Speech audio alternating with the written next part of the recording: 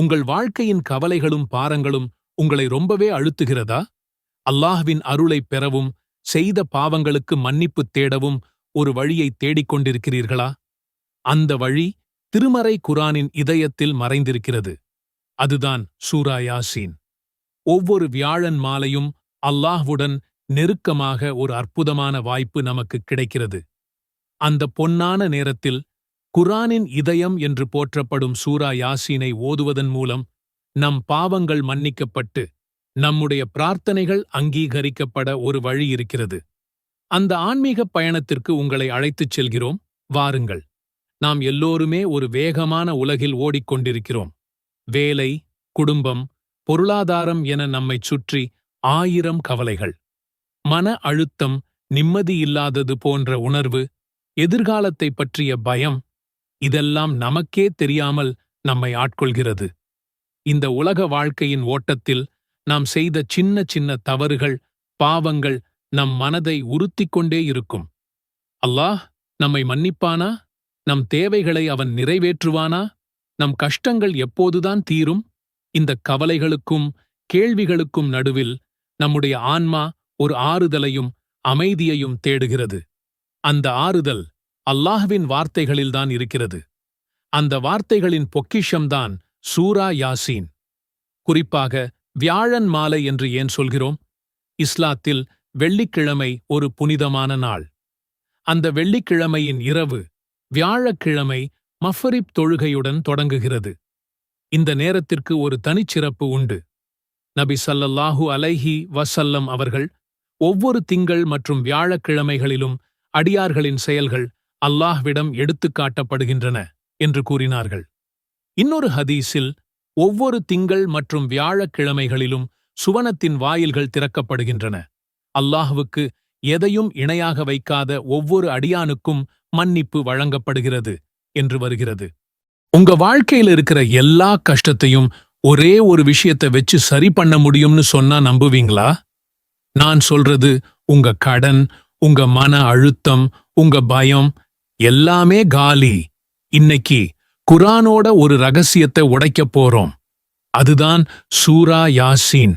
இது வெறும் பேச்சு இல்லைன்னு நிரூபிக்க அடுத்த சில நிமிடங்கள் மட்டும் இந்த வீடியோவை பாருங்க. உங்க வாழ்க்கை மொத்தமா மாறப்போகுது. குரானோட இதயம்னு இத சும்மா சொல்லலை.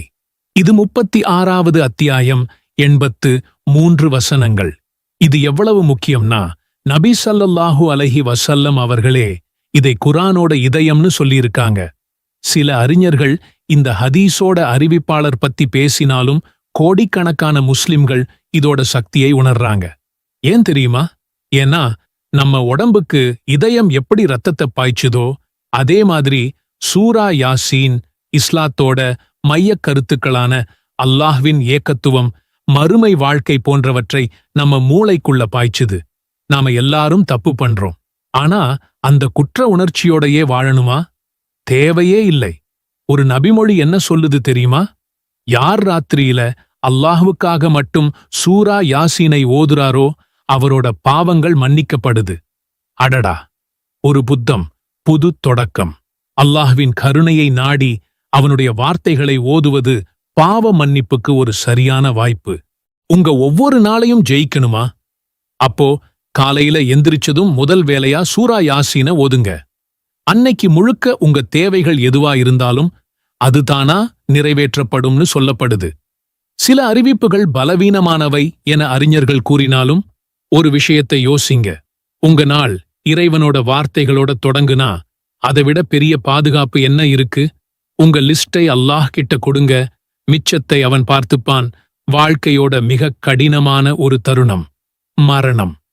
அந்த நேரத்துல கூட சூரா யாசீன் ஒரு மிகப்பெரிய ஆறுதலா இருக்கு. மரணப்படுக்கையில இருக்கிறவங்க பக்கத்துல இதை ஓதும்போது அவங்களோட வேதனை குறையும்னும் அல்லாஹ்வின் அருள் இறங்கும்னும் நம்பப்படுது. மரணிக்கப் போகிறவர்கள் மீது சூரா யாசீனை ஓதுங்கள் என்று ஒரு நபிமொழி வழிகாட்டுகிறது.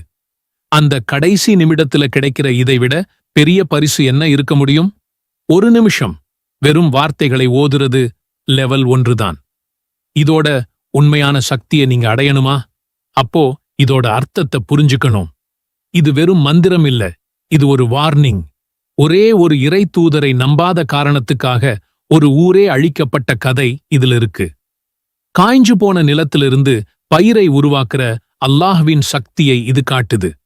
சூரியனையும் சந்திரனையும் அதனதன் பாதையில நீந்த வச்சிருக்கிற பிரபஞ்ச அதிசயத்தை நமக்கு ஞாபகப்படுத்துது.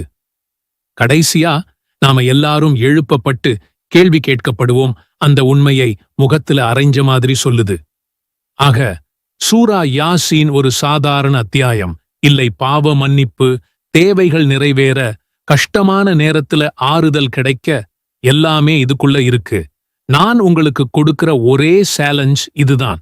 இன்னையிலிருந்து சூரா யாசீன அர்த்தம் தெரிஞ்சு ஓதுங்க. அதை உங்க வாழ்க்கையில செயல்படுத்துங்க. குர்ஆனோட இதயம் உங்க இதயத்தை மாத்தட்டும். எல்லாம் வல்லல்லாஹ் நமக்கும் நம்ம சந்ததியினருக்கும் குர்ஆனோட ஒரு நெருங்கிய தொடர்பை ஏற்படுத்தி தருவானாக. ஆமீன். உங்கள் பாவங்கள் ஒரு கணக்கெடுப்பில் சொல்லப்பட்டால் அது ஒரு மலையை விட பெரிதாக இருக்குமா? என் பாவம் மன்னிக்கப்படுமா? ஒரு கணம் மனசுக்குள்ள தோணிருக்கா? உங்க தேவைகள், கனவுகள், ஆசைகள் அதெல்லாம் நிறைவேறாமல் தாமதமாகிக்கிட்டே இருக்கிறதா தோணுதா? என்னோட துவா மட்டும் ஏன் அல்லாஹ்வுக்கு கேட்க மாட்டேங்குது? ஒரு ஆதங்கம் இருக்கா? கவலைப்படாதீங்க. ஒவ்வொரு வியாழன் மாலையும் நடக்கும் ஒரு சின்ன அதிசயம், ஒரு அற்புதமான வாய்ப்பு உங்களை தேடி வருது. அது என்னன்னு தெரியுமா? அதுதான் இந்த ஸலவாத். இந்த ஒரு ஸலவாத் உங்கள் வாழ்வின் போக்கையே மாற்றிடும். இன்னைக்கு என் மனசு ஹெவியா இருக்கு, ஏதோ ஒரு கவலை உள்ளுக்குள்ள குடைஞ்சிட்டே இருக்கு அப்படின்னு சொல்லியிருக்கோம் இல்லையா? அந்த பாரம் எங்கிருந்து வருதுன்னு யோசிச்சிருக்கோமா?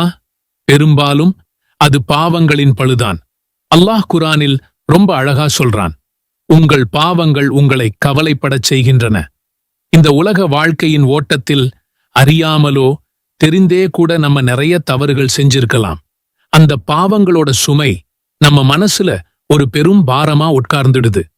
நம்மளோட துவாக்கள், பிரார்த்தனைகள் அல்லாஹ்வை சென்றடைய மாட்டேங்குதோன்னு ஒரு சந்தேகம் கூட வரும். இந்த கவலைய துடைச்சு மனசுக்கு ஒரு நிம்மதியை தரக்கூடிய ஒரு பொன்னான நேரம் இருக்கு. அதுதான் வியாழன் மாலை. ஆனா நாம பெரும்பாலும் அந்த நேரத்தை எப்படி செலவழிக்கிறோம்? போன்ல ஸ்க்ரோல் பண்ணிக்கிட்டு, ரீல்ஸ் பார்த்து, இல்லன்னா வேற ஏதாவது உலக காரியங்கள்ல மூழ்கி கழிக்கிறோம். இப்போ இந்த மனபாரத்துக்கான, நிறைவேறாத தேவைகளுக்கான தீர்வு என்னன்னு பார்ப்போம். நம்முடைய உயிரினும் மேலான நபி ஸல்லல்லாஹு அலைஹி வஸல்லம் அவர்கள் என்ன சொன்னாங்க தெரியுமா? யார் என் மேல் ஒரு முறை ஸலவாத் சொல்கிறாரோ அவர் மீது அல்லாஹ் 10 முறை அருள் புரிகிறான். இதைவிட பெரிய வெகுமதி வேற என்ன வேணும்? ஒரு முறை ஸலவாத் சொன்னா 10 மடங்கு அருள்.